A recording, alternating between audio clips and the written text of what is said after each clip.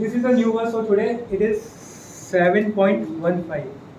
इसमें भगवान बता रहे हैं 4 प्रकार के लोग नहीं आते कभी। ट्यूसडे फ्राइडे भी नहीं आएंगे, हम मंडे से संडे भी नहीं आएंगे, कीर्तन मिला होगा तो भी नहीं आएंगे, प्रसाद लेने भी नहीं आएंगे, आप बुलाओगे निकल जाएंगे वहीं से, आएंगे ही नहीं कभी। तो वो 4 भगवान बता रहे हैं बुरा ना मानिएगा। देखिए मुझे वो ना दोषी मानिएगा, कृष्णा डायरेक्ट बोल रहे हैं, कोई भी गीता खुली देव प्यार है, और भगवान को मालूम है ना, क्योंकि भगवान सबके हृदय में परमात्मा के रूप में। ओके तैयार है आप लोग सुनने को? ओके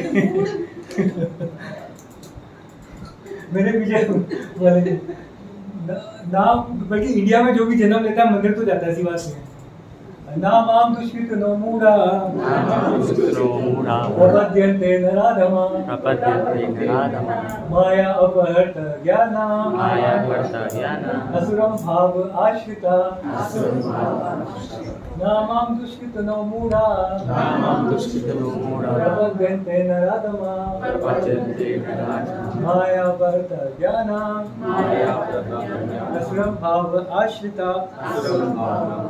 तो कोई बताएगा, आइडिया लगाएंगे, Sanskrit is very much similar to Hindi, तो कोई यस दिस इज करेक्ट। दुष्कृति, एक हमने सुकृति किया था, यहाँ पे दुष्कृति। सुकृति मतलब पायस, जो पुण्यवान है। दुष्कृति मतलब जो दुष्ट है और इम्पायस है। हाँ, मूढ़ा मतलब संस्कृत में एग्जैक्ट मीनिंग जो इंग्लिश में अगर हम बात करेंगे बोलेंगे फूल। प्रभुपाद कई बार फूल सही रास्ते पे नहीं होते, ऐसे नशा वगैरह, बेवकूफ, फूल। और ये माया में जो है माया अपहृतम ज्ञान, जिनका ज्ञान माया ने हर लिया है, जिनका ज्ञान माया ने हर लिया। दिन भर मेकअप करते रहना, बॉडी को अपने आप को बॉडी मानना, दिन भर मेकअप करना, वो भी ज्ञान माया ने हर लिया है। असुर प्रवृत्ति, डेमोनिक, असुर प्रवृत्ति वाले ये लोग कभी मेरे आश्रित नहीं होते, कभी मुझे सरेंडर कभी नहीं करेंगे। 4 प्रकार के दुष्ट लोग। तो पहला, अब हम इसको डिटेल में चलेंगे, राइट? चले आगे, ये तो अभी हमने जस्ट ओवर किया। पहला क्या है? मूढ़ा। मूढ़ा मतलब मूर्ख, सिंपल। इन संस्कृत कृष्णा ने उनको मूढ़ा बोला है, मूर्ख। प्रभुपाद प्रेम से बोलते थे मूर्ख, फूल्स एंड रास्कल्स। प्रभुपाद हमारे एक पिता की तरह है, वो हमें एक रास्कल भी प्रेम होता है, तो उनके डिसाइपल्स कभी बुरा नहीं मानते थे। जानबूझ के मूर्ख बने रहते हैं। हाँ। दूसरा क्या है? नराधमा। नर मतलब होता है मनुष्य, मनुष्यों में भी अधम जो होता है वो कभी मेरे पास नहीं आएगा, राइट? नर अधम। प्रपद्यन्ते मतलब होता है शरणागत, सरेंडर। नाम दुष्कृतम मूढ़ा प्रपद्यन्ते नर अधम। और फिर क्या है? थर्ड इज माया अपहृत ज्ञाना। 3 शब्दों से बना है, माया प्लस उपहृत प्लस ज्ञाना, जिसका ज्ञान माया ने हर लिया है, राइट? ये तीसरे प्रकार का होता है। चौथा असुरम भावम आश्रिता, जो असुरिक भाव का होता है, जो डेमोनियक होता है। तो ये 4 प्रकार के लोग, they will never surrender to me, right? तो इस तरह के लोग आजकल बढ़ रहे हैं या कम हो रहे हैं? बहुत बढ़ रहे हैं। तो मैं आपसे सवाल पूछूंगा कि इन चारों में से, हाथ खड़ा करके बोलिएगा प्लीज, इन चारों में से सबसे बड़ा दुष्कृतिनो कौन हो सकता है? सबसे बड़ा मतलब जो सिंफुल होगा या जो पापी होगा, चारों में से सबसे ज्यादा कौन लगता है आपको? जो माया में इन्वॉल्व है। जो माया में इन्वॉल्व है। असुर। और कोई? असुर तो भाई बर्थ है। और असुर। असुर असुर इनका तो असर भाई है। हाँ, असुर तो भाई बर्थ असुर है। और कोई? फूलिश। देखिए क्या है, भगवान ने इसी ऑर्डर में बोला है, जो सबसे कम गिरा हुआ है वो है मूढ़ा, सबसे कम पापी जो है। उससे ज्यादा पापी है नर अधम, उससे ज्यादा जो दुष्ट है वो, और जो सबसे ज्यादा दुष्ट है, फॉर एग्जाम्पल इसको हम 1 by 1 करेंगे। अभी जैसे पॉइंट बताते हैं कि असुरम भावम आश्रिता, जो असुर है, बाकी 3 लोग जो है ना ऊपर के, ये कभी भी मंदिर आके प्रोटेस्ट नहीं करेंगे, मंदिर बंद करो, मंदिर नहीं होना चाहिए, एंटी एक्टिविटीज नहीं करेंगे। असुर जो है वो एंटी कर देते हैं, इसलिए वो सबसे ज्यादा अधम है। Ravan anti, Hiranyakashipu anti. वो मंदिर में आके तोड़फोड़ नहीं करेंगे ये लोग, मूढ़ा नराधम माया प्रति ज्ञान, ये अपने में जीवन में खुश हैं, इनका ज्ञान माया में हरा हुआ है, माया में लगे हुए खुश हैं, पर इनको मतलब नहीं है मंदिर में जो चल रहा है कुछ फर्क नहीं पड़ता। और ये जो असुर है ना, ये दुष्ट है, इसको उसमें भी खुशी हो रही है कि मंदिर में किसे चल रहा है। हाँ, रामचंद्र खान, यस रामचंद्र खान असुर। हरिदास अपना भजन कर रहा है, लोग उसे प्रणाम कर रहे हैं, रामचंद्र खान को उसी में दिख रहा है, तो वो असुरम भावम आश्रिता, वो असुर हो गया। तो असुर सबसे निम्न कोटि का हो गया। पहले 3 फिर भी बेटर है, वो उम्मीद तो नहीं, मतलब दिक्कत तो नहीं कर रहे, कष्ट तो नहीं दे रहा, बस ये चौथा जो हो गया सबसे खतरनाक है। और राइट, तो अभी हम लोग तो एक बार इसको फिर रिसाइट करेंगे। नामाम दुष्कृत नो मूढ़ा प्रमद्यन्ते नराधमा माया अपहृत ज्ञाना असुरं भाव आश्रिता नामाम दुष्कृत नो मूढ़ा प्रमद्यन्ते नराधमा। सब लोग बोलने की कोशिश करिए। माया अपहृत ज्ञाना असुरं भाव आश्रिता। Alright, is it difficult to understand? Simple हो गया बहुत, right? Very simple. इसको हम लोग और भी सिंपल समझेंगे। They are educated. ये बच्चों की बुक है वैल्यूज ऑफ लाइफ, उसका एक चित्र है। ओके, तो दुष्कृति, तो प्रभुपाद जी बताते हैं दुष्कृति जो सबसे पहला शब्द है, नामाम दुष्कृति नो मूढ़ा। दुष्कृति क्या होता है, कौन होता है? गिनी वाली आप पढ़ेंगी? हाँ जी। दुष्कृति एसपी what are they? First of all दुष्कृतिना means simply engage in sinful activities. कृति means Meritorious. but really badly meritorious. They are using their brain for something atrocious, simply planning how to do harm to others. That is called dushkriti. For his own sense satisfaction, he is planned. That is called asura. Asuram bhavam asrita. Asura, they are simply planning for his own sense gratification, and devotees, they are simply planning how to satisfy Krishna's senses. Hiranyakashipu and Ravana, whose plans were smashed to dust, although they were both materially learned as scientists, philosophers, administrators, and educators. Right, तो प्रभुपाद यहाँ पे बता रहे हैं दुष्कृति ना मतलब simply planning to do harm to others. सिर्फ यही योजना बनाना कि दूसरे को कष्ट तक कैसे पहुंचाया जाए, वो लोग दुष्कृति में आते हैं। राइट, जैसे कि हिरण्यकशिपु एंड रावण। हिरण्यकशिपु का सिर्फ यही मेडिटेशन होता था, देवताओं का राज्य में कैसे बनूं, पूरे ब्रह्मांड का मैं मालिक कैसे बनूं, देवताओं को लात मार के बाहर कैसे करूं। राइट, तो दुष्कृति, कृति मतलब करना इज सिंपल वर्ड्स, दुष्ट मतलब बुरे काम, दुष्कृति मतलब बुरे काम में करना, रुचि लेना, दुष्कृति। तो that means we can understand दुष्कृति वर्ड। प्रभुपा जी देखिए कितनी सरल भाषा में बता रहे हैं। ओके, तो I can see many of you writing. तो आगे चलें। ये असुर का क्या है? They are simply planning for दूसरों को हानि पहुंचाना। असुर लोग क्या करते हैं, वो सिंपली प्लान करते हैं अपनी इंद्र तृप्ति कैसे की जाए। जैसे रावण था, वो सीता को कैसे मैं भोगूं, सिर्फ उसकी ये प्लानिंग होती थी, मेडिटेशन। हनुमान जी था, वो कैसे कहते कि सीता को मैं कैसे राम से जोड़ूं, राम से कैसे मिलाऊं, राम प्रसन्न हो, सीता प्रसन्न हो। तो जो डिवोटीज होते हैं, they are planning how to satisfy Krishna senses, and असुर they are planning how to satisfy own senses. That is the simple difference between devotee and non devotee. तो हम लोग यहाँ पे हरि कथा कर रहे हैं, कृष्ण के बारे में कर रहे हैं। We are satisfying senses of Krishna, right. तो this is for the pleasure of Krishna. तो that is a devotee, right, otherwise that is a non devotee. तभी हम कुछ खाते हैं अपने मनोरंजन के लिए खाएं, वो उसमें थोड़ा असुरिक मतलब वैसा भाव आ जाता है। This is not you know, but हम भगवान को भोग लगा के खाते हैं, that become we eat for the pleasure of Krishna, prasad देते हैं। हर एक्टिविटी में आप डिफरेंस देख सकते हैं। ओके, आगे चले। दुष्कृति, दुष्कृति को ही प्रभुपाद जी आगे एक्सप्लेन करें। नीना वाली, you can read. What kind of dirty intelligence? This is described in the Bhagavad Gita. Dushkriti Kriti means very expert.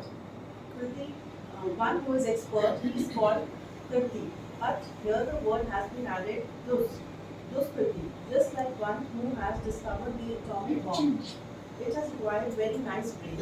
Unless the scientist is very intelligent, but how he could discover such dangerous weapon. So there is intelligence undoubtedly, but the intelligence has been wrongly used. Dushkritinam. They have discovered something to kill man, but they could discover something which will save man. But that is not possible. Yes, next one. That is Krishna consciousness movement, which will save man. You can discover something to kill man, but you cannot discover something which will save man. That is Krishna consciousness. And it is very easy, simply by giving some time to hear about Krishna. As soon as one sincerely hears about Krishna. Right, तो प्रभुपाद जी का जो lecture का थोड़ा part मैंने लिया है वो डाला था, तो दुष्कृति का यहाँ पे भी वही प्रभुपाद जी उसी पॉइंट को रीइंफोर्स कर रहे हैं। आप सबको समझ में आ गया दुष्कृति? Right, okay. दुष्कृति का एक और मतलब है, दूसरे एक और आचार्य बताते हैं दुष्कृति का मतलब क्या होता है। दुष्कृति मतलब क्या होता है कि आपका इस संसार से और संसार की वस्तुओं से जब बहुत ज़्यादा अटैचमेंट होता है। क्या होता है? When you are very much attached to the temporary things of this world, and तो उस attachment, then also you become दुष्कृति, राइट। और जब क्या होता है, आपका अटैचमेंट होता है तो कोई चीज़ आपको मिल जाती है इस संसार का, जो भी मटेरियल नीड्स आपको मिल जाती हैं, तो उसके बाद आपका ग्रीड और बढ़ता है या नहीं बढ़ता? बढ़ता है। और वो सामान को अगर सेंस ऑब्जेक्ट नहीं मिलता है तो गुस्सा आता है। तो ग्रीड और एंगर ऐसे कनेक्टेड है। अगर इस संसार का कुछ हमें मिल भी जाता है तो हमारा और ग्रीड बढ़ता है, और वो नहीं मिलता है तो गुस्सा आता है। Both ways we are trapped, right. तो देन वी बिकम दुष्कृति। और फिर ग्रीड को पूरा करने के लिए भी अगेन झूठ बोलना, गलत तरीके से पैसा कमाना, कपट करना, छल करना, चीट करना, then we are trapped. Greed को पूरा करने के लिए करते हैं, और जब एंगर आता है तो पूछो ही मत। एंगर हमारी इंटेलिजेंस को खा जाता है, तो सही है उसे गलत समझना, गलत को सही करना, एंगर वी डिस्ट्रॉय आवरसेल्फ। तो इस तरह से वो लोग भी दुष्कृति होते हैं जिनका अटैचमेंट इस संसार से होता है, संसार की चीज़ों से होता है। तो इसको हम सरल शब्दों में एक बार पढ़ेंगे हिंदी में। दुष्कृति वे ही होते हैं जो नाशवान परिवर्तनशील प्राप्त पदार्थों में ममता रखते हैं और अप्रयास पदार्थों की कामना रखते हैं। कामना पूरी होने पर लोभ और कामना की पूर्ति में वादा लगने पर क्रोध पैदा होता है। इस तरह जो कामना में फंसकर व्यभिचार आदि शास्त्र निषिद्ध विषयों का सेवन करते हैं, लोभ में फंसकर झूठ, कपट, विश्वासघात, बेईमानी आदि पाप करते हैं, और क्रोध के वशीभूत होकर द्वेष, वैर आदि दुर्भावपूर्वक हिंसा आदि पाप करते हैं, वे दुष्कृति हैं। राइट, तो आप देख सकते हैं एवरीथिंग इज कनेक्टेड। तो इस संसार की कोई भी आप वस्तु से अटैच होंगे then that comes in the category of दुष्कृति। और ऐसे व्यक्ति का मंदिर में आने का मन नहीं करेगा, क्योंकि वो कृष्णा को ना एंजॉय मानता है, ना कृष्णा को वेलविशर मानता है, और ना ही वो कृष्णा का क्या है तीसरा पीस फॉर्मूले में owner, Krishna is owner everything उसको मानता है, राइट। तो दैट वे इट इज, किसी ने अगर साइकोलॉजी पढ़ी है वो समझ सकते हैं साइकोलॉजिकल थिंग। या फिर आप संसार से अटैच होंगे या भगवान से, दोनों एक साथ मुश्किल है, राइट। तो जैसे जैसे हम लोग मंदिर आते हैं, ट्यूसडे फ्राइडे आएंगे, संडे आते हैं, प्रसाद लेंगे, तो हमारा अटैचमेंट संसार से कम होगा या बढ़ेगा? That is good for us और bad for us? That is required, that is required. तभी हम धीरे धीरे सुकृति और बढ़ते जाएंगे और बढ़ते जाएंगे। तो बात करते हैं, हम मंदिर आते हैं, प्रणाम करते हैं भगवान को, डेली हमारा एक एक ड्रॉप बढ़ता है, भक्ति का बढ़ता है, and we move towards Krishna. सुकृति और ज्यादा सुकृति बढ़ती रहती है। तो दैट इज इम्पोर्टेंट। तो हमें सोचना है अपने जीवन में इसको अप्लाई करना है। तो मंदिर आना छोड़ना नहीं है, we have to come with even other, औरों को भी लेके आना है।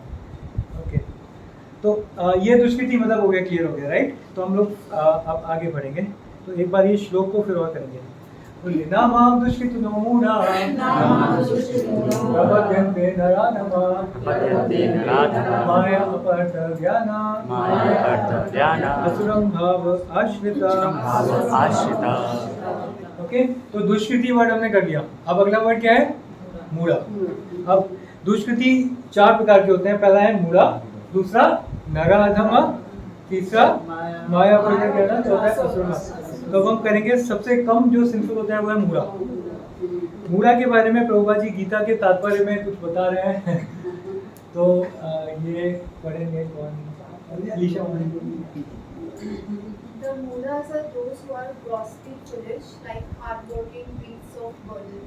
They want to enjoy the fruits of their labor by themselves and so do not want to part with them for the supreme. The typical example of the beast of burden is the ass. The humble beast is made to work very hard by his master. The ass does not really know for whom he works so hard day and night.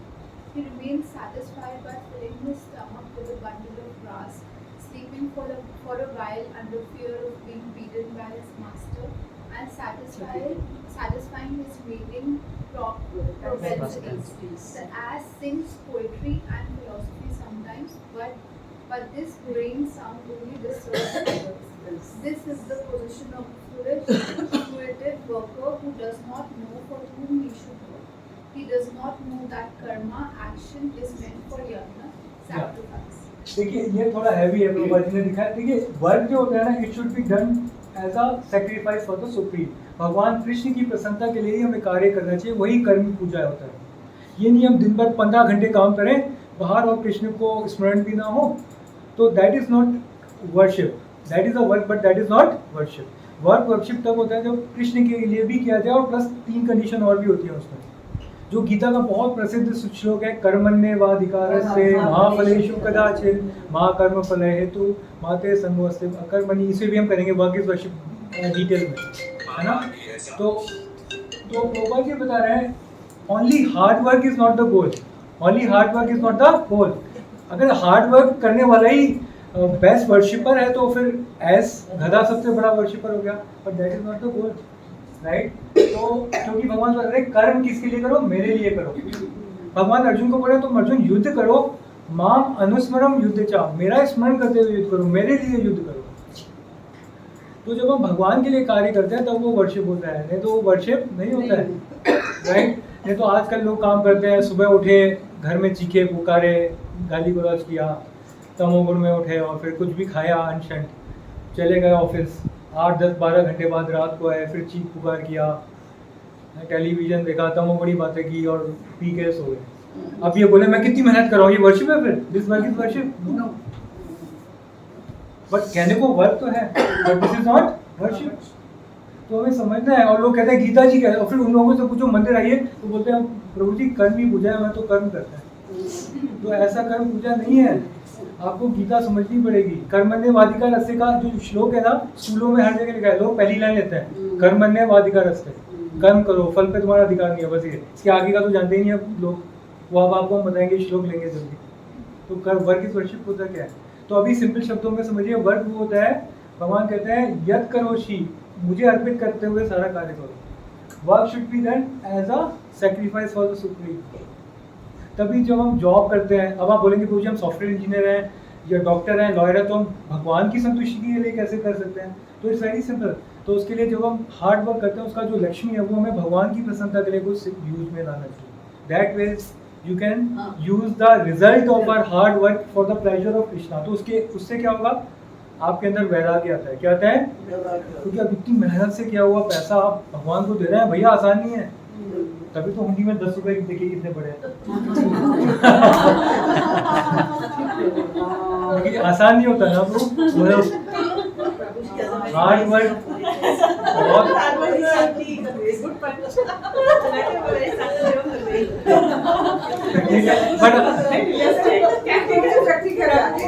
दिख भी रहे, अगर देखे तो दिख भी रहे, गसी भी नहीं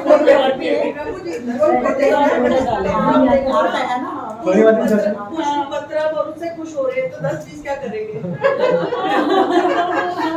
यार 10 रुपए दिखले बड़ा छोटे से के निकलते हैं।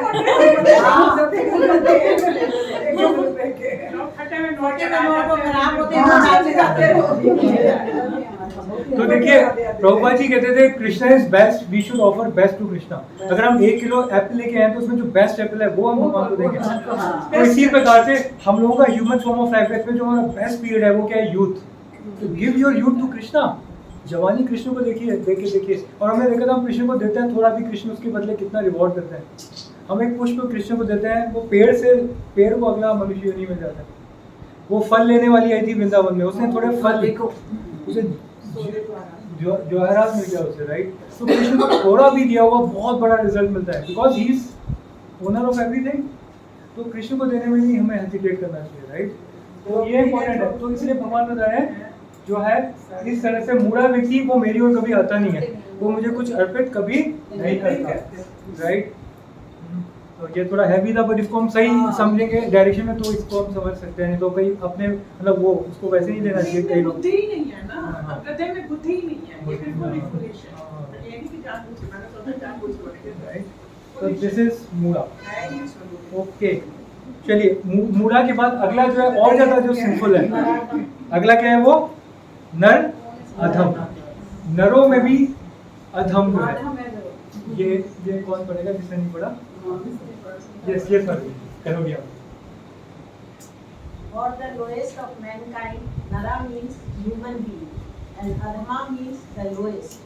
Out of 8 lakhs 4,000. 8 lakhs, 400 चौरासी lakh. 84 lakhs lakh. different species of living beings. There are 4 lakhs. 4 lakhs. Human species.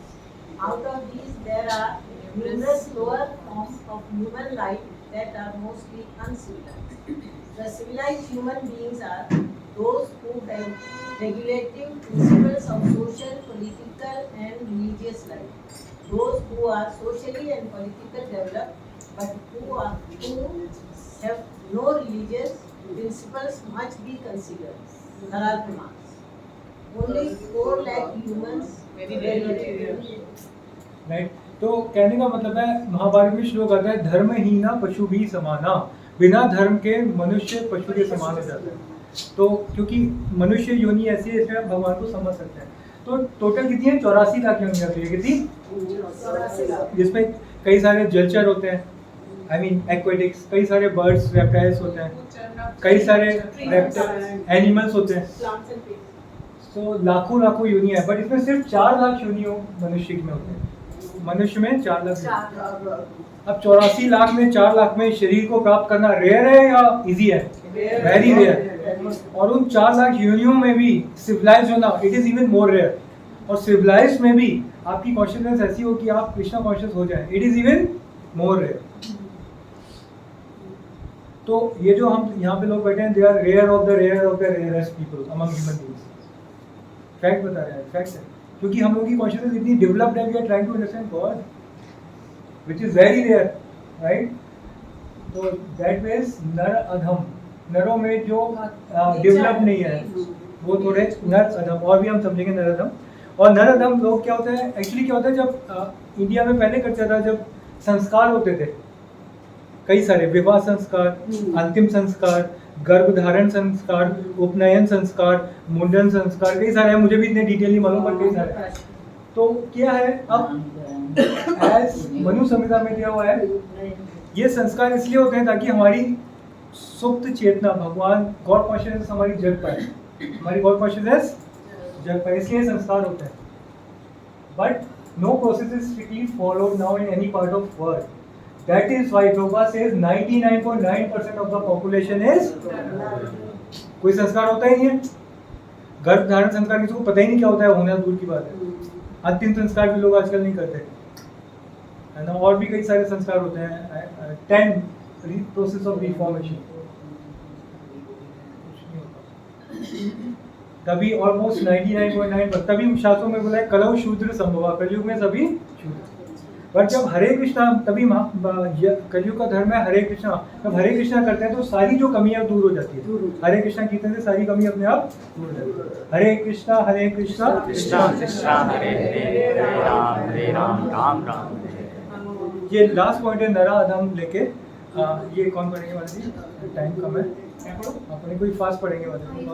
Yes, 1 वर्ष नराधम कहने का मतलब है कि वे दुष्कृति और मूढ़ मनुष्य पशुओं से भी नीचे हैं।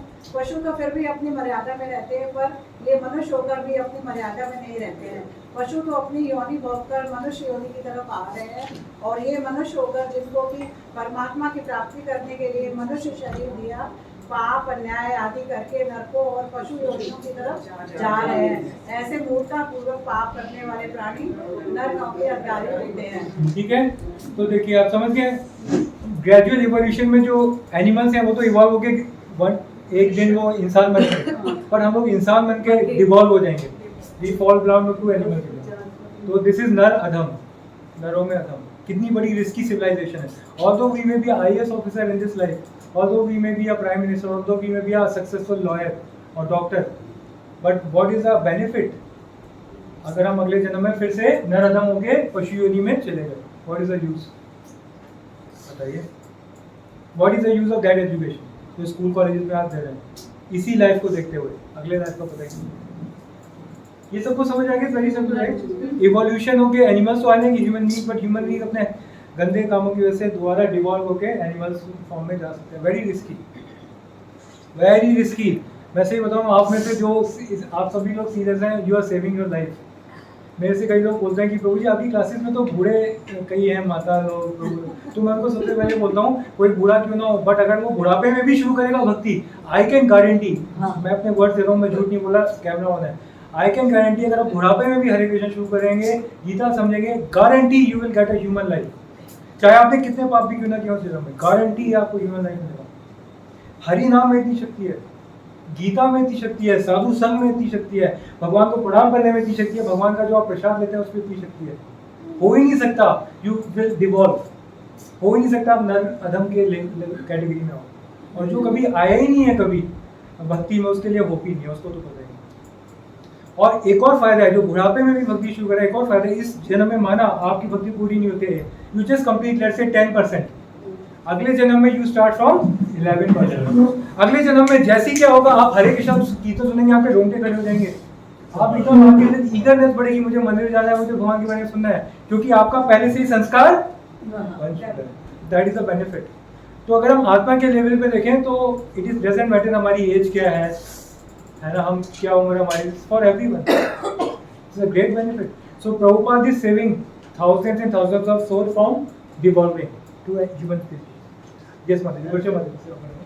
ऐसे प्राणियों के लिए भगवान ने गीता 16 अध्याय के 30वें श्लोक में कहा है कि द्वेष रखने वाले लोग क्रूर और संसार की पुरुषों को मैं बार बार आसुरी योजना में ले जाता हूँ।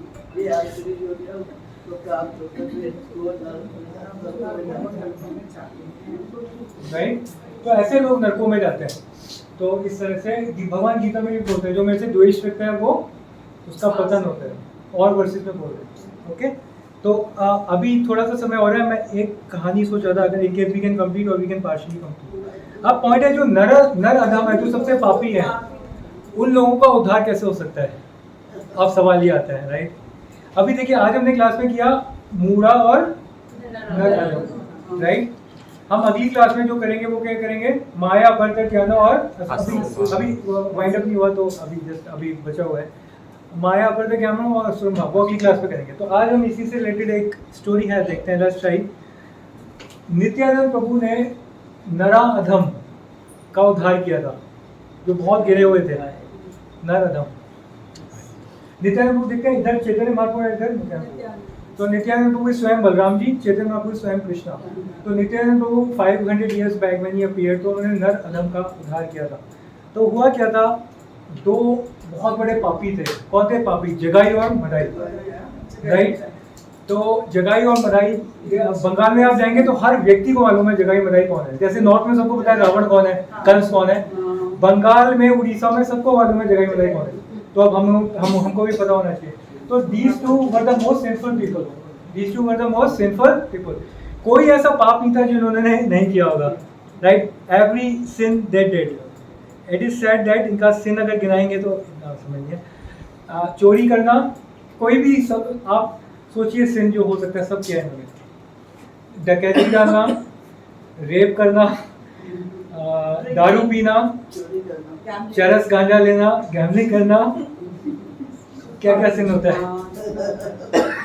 देवर इनको, हाँ गाय का मांस खाना ये भी करते थे, ये गौ हत्या भी करना, तो कोई sin ऐसा ही नहीं था। तो देवर मोस्ट फॉलन, राइट।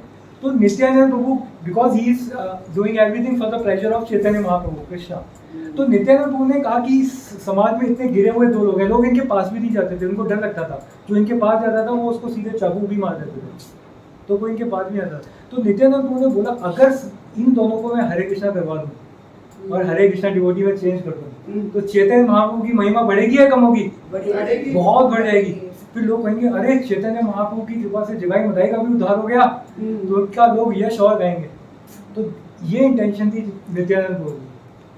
तो चैतन्य महाप्रभु ने नित्यानंद प्रभु को और हरिदास ठाकुर को, वही हरिदास जिनकी स्टोरी हम चलाते हैं, उनको इंस्ट्रक्शन दी थी कि तुम जाओ जगह जगह जाके कृष्ण भक्ति का प्रचार करो।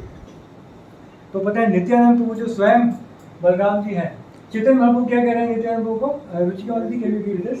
He told them that I want you to go to every house, to every shop, to every person in all the land, and I want you to humbly beg them to take the name of Krishna, to worship Krishna, to make Krishna their life and soul, and in this way achieve the love of God, human life's perfection, and do not let anyone go unless they accept the holy names. देखिए चैतन्य महाप्रभु ने अवतार लिया था युग धर्म का प्रचार करना, और युग धर्म कलयुग का क्या है? हरिनाम संकीर्तन। तो चैतन्य महाप्रभु ने नित्यानंद प्रभु को बोला, हरिदास को बोला तुम जाओ घर घर में उनसे बैक करो, you know, just please take the chant the names of Krishna, प्रेम से बैक करो, राइट। तो that was instruction of lord Chaitanya to Nityananda and Haridas. तो next One day they came across two drunkards who were totally intoxicated, causing a terrible scene, violent scene, beating people, shouting tremendously terrible obscenities. They had huge, massive, fat, powerful bodies. They were sinful of all sinners. These two drunkards, it is explained that there wasn't a single sin they had not committed. They would consume liquor, they would slaughter cows, they would eat beef, they would rob people's homes, they would burn people's homes, they would rape innocent women, they would murder people, even Brahmins, as a daily activity, and yet they had so much power that no one dared to stop their nefarious activities. सबको clear हो गया? They were most sinful people in the society. So then what happened? Yes, Kanika, can you read? So both these two great souls, Haridas and Lord Nityanand, with great love fearlessly came before Jagai and Madai. These two sinners, when they looked at them, they couldn't believe it. Who are these sadhus coming to talk to us? They glanced upon Haridas Thakur and Lord Nityanand with such wrath and hate in their eyes. That is, looked that if you say a word, you are dead.